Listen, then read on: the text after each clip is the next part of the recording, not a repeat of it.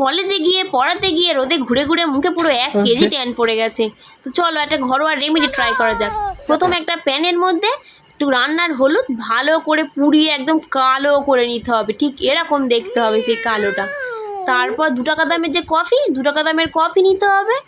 তারপর বেসন, চালের গুঁড়ো, এগুলো সব নিয়ে ভালো করে সেগুলো সবটা মিক্সড করতে হবে। তারপর একটু দুধ বা জল যাই হোক সেটা মিক্সড করে ভালো করে একটুখানি একটা ঘন জিনিস তরল তৈরি করে নিতে হবে। তারপর সেটা নিজের মুখের মধ্যে অ্যাপ্লাই করতে হবে, ভালো করে কিছুক্ষণ স্ক্রাবিং করতে হবে, করে একটা মোটা লেয়ার নিজের মুখে লাগিয়ে রাখতে হবে। এরকম একটু ভূতের মতো দেখতেই লাগবে। তো আমি একা মাখবো, তার বাপি মাকে একটু মাখাই। আমি কিছু মাখলে বাপি মাকে মাখাবো না, এটা হতেই পারে না। তো বাপি মার মুখে একটু ভালো করে এটা লাগিয়ে দিলাম। তো লাগিয়ে দেওয়ার পরে বাপিকে একটুখানি অদ্ভুত লাগছিল বলে মা এখানে বসে একটু বাপিকে দেখে হাসছিল।